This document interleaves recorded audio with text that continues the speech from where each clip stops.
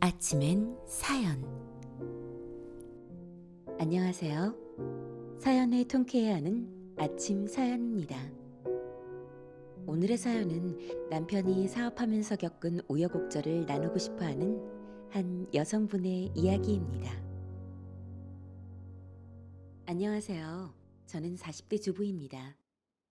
저는 20여 년 전 남편이 사업을 시작할 때 건물주 때문에 겪었던 어려운 일을 들려드릴까 해요.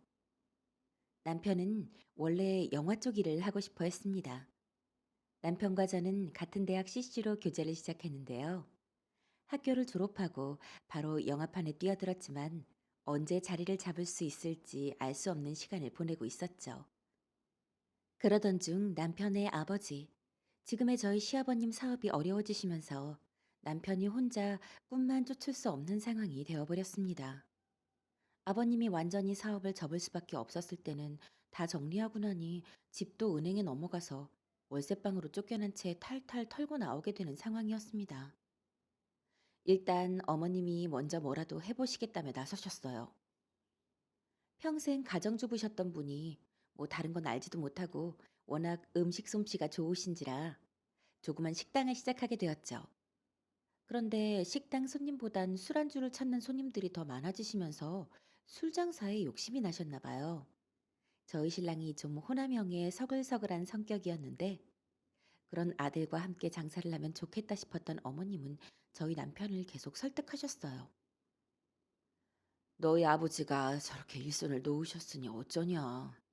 당장 집에 돈 벌 수 있는 사람이 없는데 아직 동생 학교도 안 끝났고 너도 언제 돈벌이가 될지 알 수도 없는 일 붙잡고 시간만 보낼 순 없는 거 아니니. 일단 엄마가 장사를 좀 해보니까 네가 도와주면 더 잘해볼 수도 있을 것 같아. 어머니, 저도 이제 막 시작했어요. 그래도 주변 선배들한테 제 작품 괜찮다는 소리도 듣고 있고, 여기서 조금 더 버텨봐야 기회도 잡을 수가 있죠. 지금 다른 일 시작했다가는 죽도 밥도 안 돼요. 영화판이 네가 원하는 대로 다 되는 곳이니? 거기가 얼마나 자기 작품 한번 해보겠다고 줄 서 있는 사람들이 많니? 거기도 다 돈으로 돌아가는 곳인데 차라리 돈을 좀 벌어서 네 돈으로 시작해. 어머니, 영화가 개인이 한두 푼 모은 돈으로 할 수 있는 그런 일이 아니에요. 그럼 당장 어떡하니? 그래도 너는 대학이라도 나왔지. 당장 네 동생 학교 그만두라고 하고 엄마 아빠는 거리로 나앉아? 저희 남편은 자기 꿈 이루겠다고 가족을 버릴 수 없는 사람이었던지라 몇 년만이라도 어머니를 도와 돈을 좀 벌어야겠다고 생각했습니다. 대학을 졸업한 지 얼마 안 됐었고 워낙 술과 사람을 좋아하던 사람이라 대학가에서 호프집을 시작하는 게 어떨까 생각했던 남편은 그때부터 어머니와 함께 시장조사 및 레시피 연구를 시작했어요. 하지만 자본금이 부족했어요. 아주 인기 있는 동네나 목이 좋은 자리는 엄두를 낼 수도 없었죠. 열심히 발품을 팔아서 대학가이지만 상권이 활성화되지는 않은 곳을 찾아냈습니다. 건물 주인분은 후덕한 할아버지셨는데 건물이 낡고 보수할 부분이 많다며 월세도 저렴하게 내주셨죠. 막상 인테리어를 시작하니 정말 손볼 곳이 많았어요. 배관도 엉망이었고 벽 상태나 건물 외관도 보기 좋지 않아서 내부 인테리어를 하면서 건물 외관까지 어느 정도는 보수를 해야 했습니다. 그런데 감각은 있었지만 사회 경험이 없던 어머니와 아들이 장사를 시작하니 제일 먼저 배우게 되는 것은 사람을 함부로 믿으면 안 된다는 것이었네요. 지인에게 소개받은 인테리어 업자한테 사기를 당하고 말았습니다. 1억을 선불로 지불했는데 공사 시작하려고 다 뜯어놓기만 하고 잠적해버린 겁니다. 그렇게 가게를 시작하기도 전에 1억을 날린 남편은 다시 마음을 다잡고 돈을 더 빌려서 인테리어를 마무리하고 장사를 시작했습니다.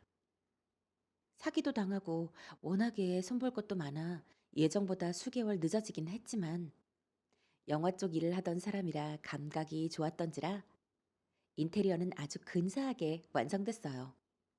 입구부터 번듯하게 만들어 놓으니 집 건물 주인분도 아주 좋아하시더군요. 얼른 빚부터 갚자는 마음으로 홍보며 영업이며 당시 대학생이던 저까지 알바로 나서면서 참 열심히 일했습니다. 가게는 금세 입소문을 탔고 근처 대학교 학생들에게는 명소가 되었습니다. 매일 새로운 이벤트를 열어 손님들의 큰 호응도 얻었고 색다르고 고급스러우면서도 저렴한 메뉴와 경쟁력 있는 호프 가격으로 당시 호프를 공급하던 업체에서 공급량 1위를 할 정도로 장사는 잘 되었습니다.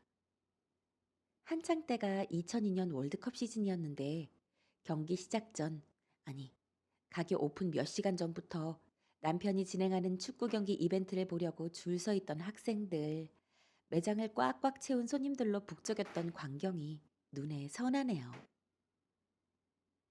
그렇게 금방 빚도 다 갚고 권리금을 조금만 받으면 남편은 다시 하고 싶은 일을 하러 돌아갈 수 있을 것 같았습니다. 그런데 어느 날 고급스럽게 치장했으나 묘하게 사나운 인상을 풍기는 아줌마 한 분이 가게로 찾아왔습니다. 남편과 시어머니는 가게를 관리하기도 벅차서 건물에 무슨 일이 일어나고 있는지도 몰랐었어요. 어머, 이 건물 내놓은 거 모르셨어요? 제가 이 건물 인수했어요. 앞으로 잘 부탁드려요. 말은 그렇게 했지만 새 건물 주인이 남기고 간 말은 제 남편에겐 청천벽력과 같았습니다. 근데 이 건물 동네 상권에 비해서 가게세가 너무 터무니없이 낮던데 여기서 계속 장사하시려면 일단 세부터 맞춰주셔야 할 것 같아요. 그리고 나는 내 건물에서 권리금 장사하고 그러는 건 못 봐요. 아니, 사람이 열심히 일을 해서 돈을 벌어야지. 사람들이 왜 권리금 같은 걸로 돈을 벌려고 하는지 모르겠어. 인테리어 같은 건 뭐 다 떼가던가. 그 동네 가게세가 올라갔던 건 저희 남편의 책임이라고 할 수도 있었겠네요. 저희 남편 가게가 장사가 잘 되면서 주변 상권을 많이 살려놨었거든요. 남편이 건물 외부까지 손을 본 덕에 건물 자체의 분위기도 달라졌고 남편 가게처럼 인테리어를 손본 가게들이 많이 생겨나고 허름한 식당이나 고물상이 있던 동네에 프랜차이즈 커피숍이 들어올 정도가 되었으니까요. 그랬거나 말았거나 1년 정도 더 장사를 잘 한 다음 어느 정도 권리금을 손에 쥐려던 남편은 졸지에 가게세를 2배 이상 올려주고 권리금도 못 받고 가게를 내줘야 하는 상황이 되고 말았습니다. 남은 방법은 그야말로 열심히 버는 것밖에 없었습니다. 그래서 또 죽어라 일만 했죠. 그때 저는 한참 놀고 싶은 나이였는데 그렇게 낮에는 장바다가 새벽까지 장사하는 남편 때문에 변변히 데이트 한번 못 해봤습니다. 그런데 건물주인은 그렇게 성실하면서 장사 수완이 있는 남편이 다른 의미로 탐이 났던 것 같습니다. 건물주인에게 남편보다 1살 위인 딸과 1살 아래인 아들이 있었는데요. 종종 아들과 딸을 대동하고 남편의 가게를 찾아왔습니다. 그리곤 아들에게는 형 좀 봐. 얼마나 성실하게 일하니? 형한테 이것저것 많이 배워. 그리고 딸에게는 여기 사장님이랑 좀 친해져 봐. 사람 일 모르는 거잖아. 이라면서 야릇한 눈길을 보내곤 했습니다. 옆에 있는 제가 무안할 정도로요. 그리고 딸이 자꾸만 제 남편에게 개인적으로 연락을 해오더군요. 저희 집은 건물주는커녕 아버지 어머니가 지방에서 조그만 가게를 하면서 빚 안 지고 사는 게 어디냐 싶은 집이었던지라 돈 때문에 힘들어하는 남편을 보면 제가 남편이 돈 많은 집 사위로 들어가게 보내줘야 하나 하는 생각이 들 지경이었어요. 그런데 남편은 그런 쪽으로 워낙 단호한 면이 있는 사람이라 그 딸에게 나는 결혼할 사람이 있어요. 누나는 참 예쁘고 매력적인 여자니까 좋은 남자 만날 거예요. 이렇게 선을 그었다고 하더라고요. 딸은 좋게 좋게 정리하고 아들은 동생처럼 따르는 사이가 된 듯 보였는데 몇 달 뒤 문제가 터졌습니다. 위층에서 장사하던 계약 만기된 몇 집이 나가더니 작은 가게들 몇 개를 합쳐 인테리어 공사를 하더군요. 물론 그 가게들 다 권리금 한 푼 못 받고 나갔습니다. 그리고 몇 달 뒤 의리번쩍한 호프집을 오픈했습니다. 저희 남편 가게보다 3배는 더 크고 바닥을 전부 대리석으로 바른 어마어마한 매장이었어요. 그리고 호텔 요리사가 안주를 만든다고 홍보하고 나섰습니다. 그런데 어이가 없는 건 저희 남편이 개발해서 메인 메뉴로 팔고 있는 것과 거의 비슷한 메뉴들이 메뉴로 나와 있는 것 아니겠어요? 그리고 계속 가격 후려치기 경쟁을 하고 나서는 것이었습니다. 결국 일해서 돈 벌려던 남편은 그것마저 버티기 힘든 상황이 되어버렸습니다. 아직 장사가 그나마 될 때 다른 대안이 필요했던 남편은 당시 알고 지내던 소갈비집 사장님께 수수료를 주고 갈비 손질하고 양념 만드는 기술을 배웠습니다. 그 집은 서울 반대편에서 맛집으로 소문난 곳이어서 남편이 운영하고 있는 호프집 근처에 오픈을 하겠다고 하니 흔쾌히 도와주셨죠. 일단은 하고 있는 호프집에서 왔다 갔다 해야 했기에 가까운 곳으로 자리를 알아봐야 했는데 역시 목이 좋은 곳은 새가 너무 비싼 터라 좀 우회진 곳에 가게를 차렸습니다. 근데 역시 음식 장사는 자리가 큰 몫을 하더군요. 처음에 자리 잡기가 너무 힘들었습니다. 외진 곳에 있는 가게를 홍보하기 위해 가게 위치랑 메뉴 정보를 적은 전단지를 잔뜩 만들어서 당시 취업 준비 중이던 저까지 합류해 밤에는 호프집 장사하고 낮에는 전단지 뿌리고 다니며 갈비집 장사하는 피눈물 나는 시간이 계속됐습니다. 당시는 광우병이 터지기 전이라 미국산 소고기에 대한 선입견이 없던 시절이었어요. 미국산 소갈비로 가격 경쟁력을 갖추고 맛과 양으로 승부를 내면서도 역시 음식 솜씨가 있었던 어머님이 김치 묵사발, 특제 갈비탕 등을 개발하며 조금씩 입소문을 타기 시작했습니다. 갈비집이 자리 잡기 시작하면서 남편은 선택을 해야 했습니다.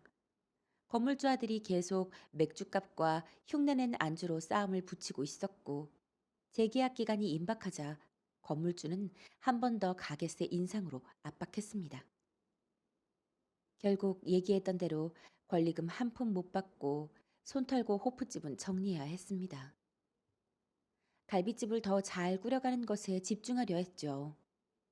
그리고 그런대로 장사가 잘 되고 있었습니다. 남편이 그 건물에서 나오고 경쟁자가 사라진 건물주 아들은 어떻게 됐냐고요? 1년도 안 돼서 망했습니다.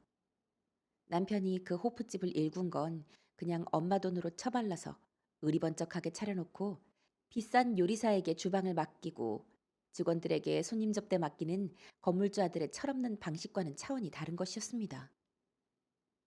어머니와 남편은 음식 맛 유지와 새로운 메뉴 개발을 위해 항상 신경을 썼고 남편은 직접 홀 서빙을 하면서 새로 오는 손님들의 이름과 특징을 메모하는 노트까지 작성하며 단골을 만들기 위해 애썼었습니다.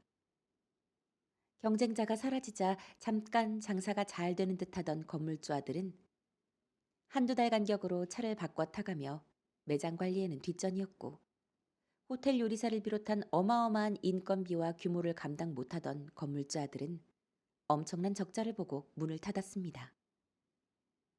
그렇게 장사는 다시는 안 할 듯하던 그 아들이 "형님, 전에는 미안했어요." 하면서 저희 신랑 가게에 또 드나들기 시작했습니다. 저는 매우 기분이 나빴고 이제 건물주도 아니니 상대해 주지 않았으면 했는데 남편은 또 술도 사주고 해가며 그럭저럭 지내더군요. 그리고 몇 달 후 우리는 또 뒤통수를 맞았습니다.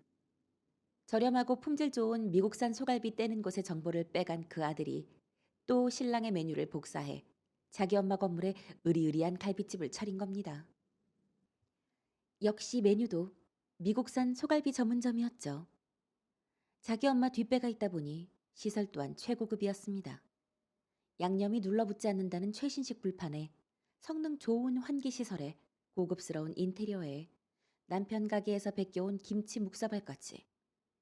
이번에는 타격이 좀 컸습니다. 자본력이 이렇게 무서운 거구나. 한숨을 쉴 수밖에 없었죠. 그래도 어쩌겠습니까? 할 수 있는 게 노력뿐이라 단골 손님들 잃지 않으려고 더 노력하고 음식 맛을 지키려고 애쓰는 수밖에 없었죠. 그러다가 그해 겨울 미국산 소고기 광우병이 터졌어요. 한참 연말 경기가 올라오는 중에 날벼락 같은 일이었습니다. 남편 가게도 그 건물주 아들 가게도 갑자기 손님이 뚝 끊겼습니다. 광우병이란 것이 이렇게 심각하게 다가온 것이 처음인지라 조류독감이나 구제역처럼 조금만 버티면 끝날 거라고 생각했어요. 그런데 사태가 진정될 기미를 보이지 않았죠. 남편은 발빠르게 돼지갈비를 추가하고 소갈비 수입원을 바꾸는 등 필요한 조치를 취했습니다. 그래도 저렴한 소갈비집으로 자리를 잡은 가게를 새로운 이미지로 바꾸기 위해서는 처음보다 몇 배의 노력을 해야 했습니다. 남편이 그렇게 또 잠 못 자고 가게를 다시 살리기 위해 애쓰는 동안 그 건물주들은 뭘 했냐고요? 이번에는 지난번에 실패해서 교훈을 얻어 열심히 노력했을까요? 아니요. 사람이 바뀌는 건 쉽지 않은 일인가 봅니다. 매장이 구지경인데 사장님 얼굴을 일주일에 2번 보기도 힘들어요. 근데 볼 때마다 다른 여자를 데려오던데요. 여전히 석 달에 한 번씩 차가 바뀌고요. 저희 월급도 밀려서 아마도 어머니한테서 받아다 주는 것 같더라고요. 직원들도 많이 그만뒀어요. 그 가게 매니저가 저희 남편 가게에 와서 한탄을 하더군요. 그래도 그 정도 규모의 가게를 돌리려면 기본적으로 필요한 직원의 수가 있을 텐데. 주방에도 그렇고 홀에도 그렇고. 사람이 착한 건지 모자란 건지. 그 와중에 남편은 또 걱정을 해주고 있는 거예요. 그래서 한 번씩 손님 들이닥치면 난리가 나죠. 손발이 안 맞으니까 음식 나오는 것도 엉망이고 서빙도 엉망이고. 아우 진짜 거기서 일할 말 안 나요, 사장님. 저 여기서 일하면 안 돼요? 라고 한숨 쉬며 말하고 가더라고요.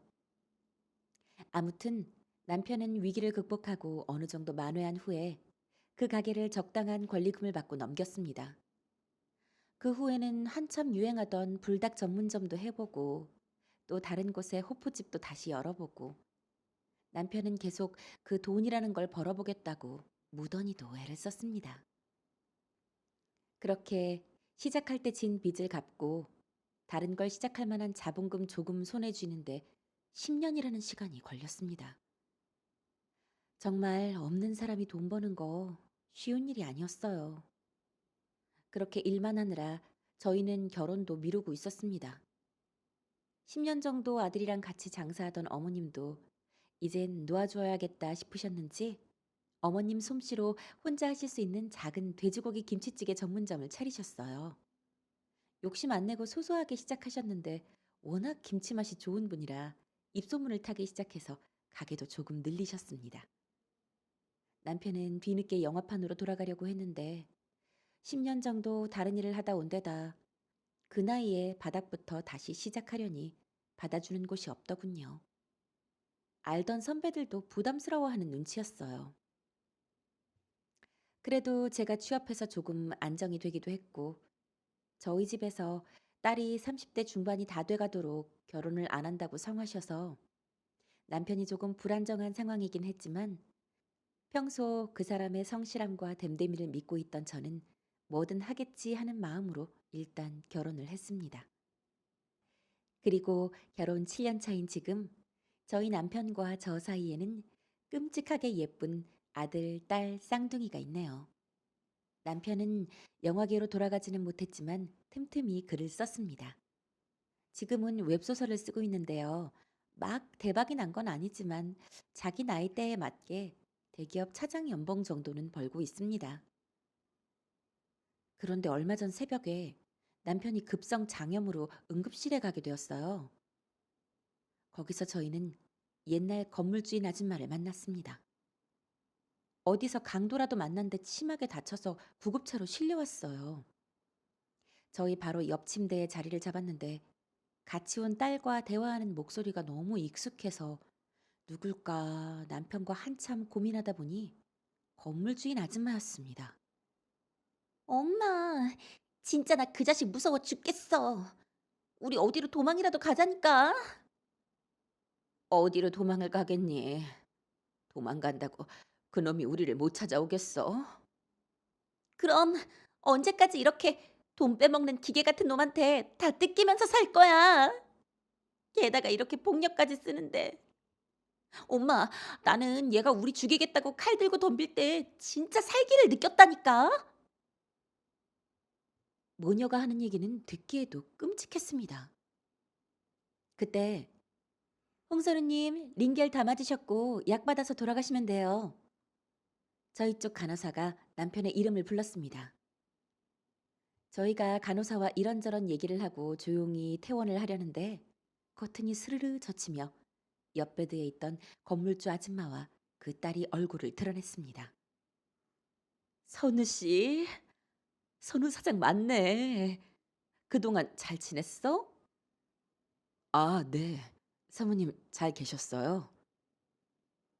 건물주 아줌마의 얼굴과 본의 아니게 엿들은 딸과의 대화에 따르면 분명히 잘 못 지내시는 것 같았는데 인사가 애매했습니다.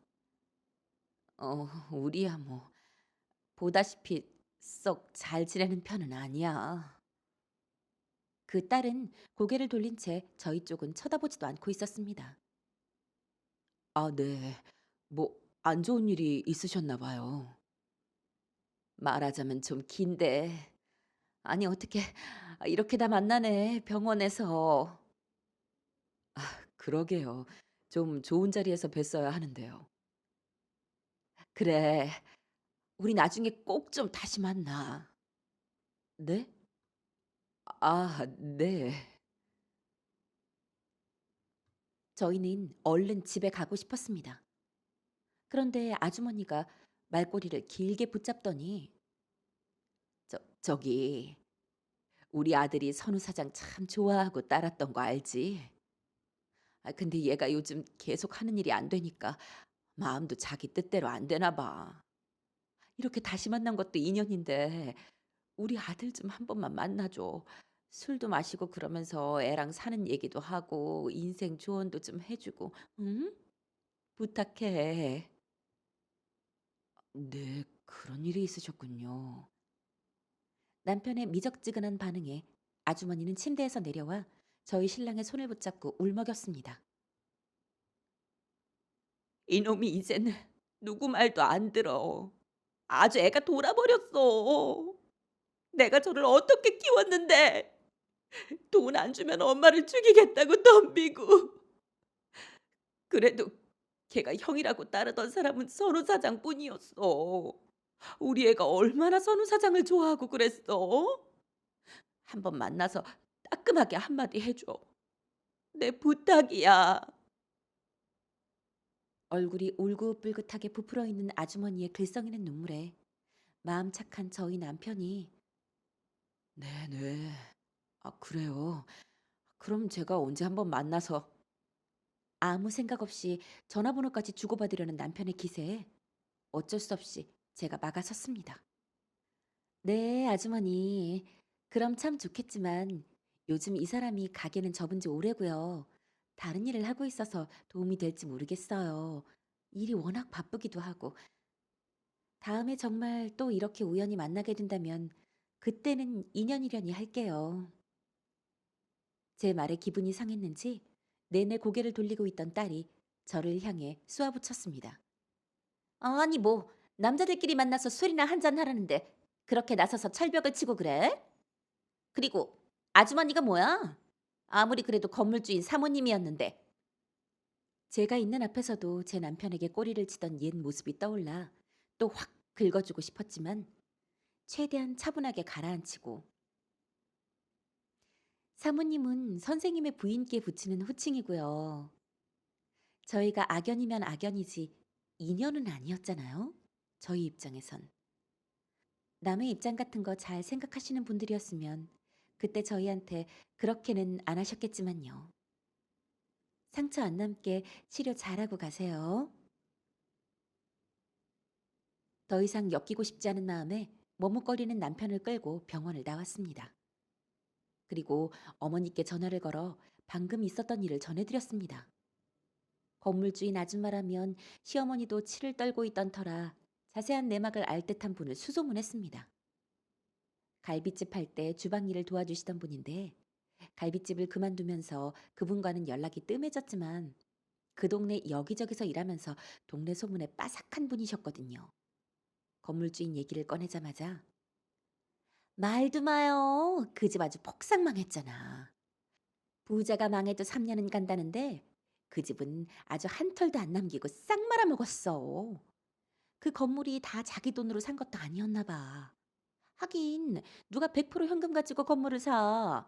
은행에 꽤 많이 잡히고 산 것 같은데. 그 집 아들놈이 어지간히 철이 없었어야지.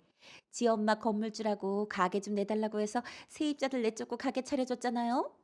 근데 돈 처발려서 가게 차려주면 일은 안 하고 맨날 차 사서 여자 태우고 놀러 다니기 바쁘고. 그 외에 우리 갈비집 그대로 베껴가지고 소갈비집 차렸다가 망해먹고, 그 뒤에 수제 햄버거 집인가 그거 차렸다가 또 망해먹고, 또 뭐 함박 스테이크 집인가 그거 했다가 망해먹고. 암튼 아들이 엄청 들어먹었어요. 근데 그 아들 아직도 돈 해달라고 지 엄마한테 칼 들고 덤비고 난리도 아니야. 아주 동네에서 마주칠까 봐 무서워 죽겠어. 막 길거리에 지 엄마 질질 끌고 다니고 나쁜 놈. 그리고 그 집 딸도 자취가 심했잖아. 무슨 인터넷으로 옷 쇼핑몰 같은 거 한다고 재고만 잔뜩 찌고 망하고, 남편이랑 이혼하고 나서는 그냥 백수로 살아. 그리고 또 결정적으로 그 집 아빠가 젊은 여자랑 눈 맞아 가지고 돈 챙겨서 도망갔잖아. 근데 더 웃기는 건 그 집 사위랑 아빠가 한 여자 좋아해서 싸우다가 결국은 아빠가 이겨서 그 여자 차지한 거라나 뭐라나. 아유, 아무튼 그 집도 아주 파란만장했어요. 얘기를 들은 저랑 시어머니는 '이런 일도 있을 수 있구나. 드라마에 그런 얘기가 괜히 나오는 게 아니구나.' 하면서 한참 지난 얘기를 했습니다. 사람 일이라는 게 정말 한치를 알 수 없네요. 남한테 이런 마음 가지면 안 되는데 싶으면서도 사실은 아주 쌤통이었습니다. 그런데 저희 신랑 속에는 무슨 부처라도 들어있는 건지 제 얘기를 듣고는 "그래? 고 안 됐네. 언제 사모님이라도 만나서 밥이라도 한 끼 대접해야겠다. 많이 힘드시겠네." 이러는 게 아니겠어요? 참내 어이가 없어서. 절대 그분은 만나지 못하게 말릴 겁니다. 그 아들이 저희한테까지 해코지할까 봐 저는 너무 무섭네요. 이런 사연이었습니다. 오늘 사연 어떠셨나요? 재미있으셨다면 구독, 좋아요, 알람 신청, 그리고 댓글 부탁드려요. 구독과 댓글은 사랑입니다. 다음 시간에 더 재미있는 이야기로 돌아올게요. 들어주셔서 감사합니다.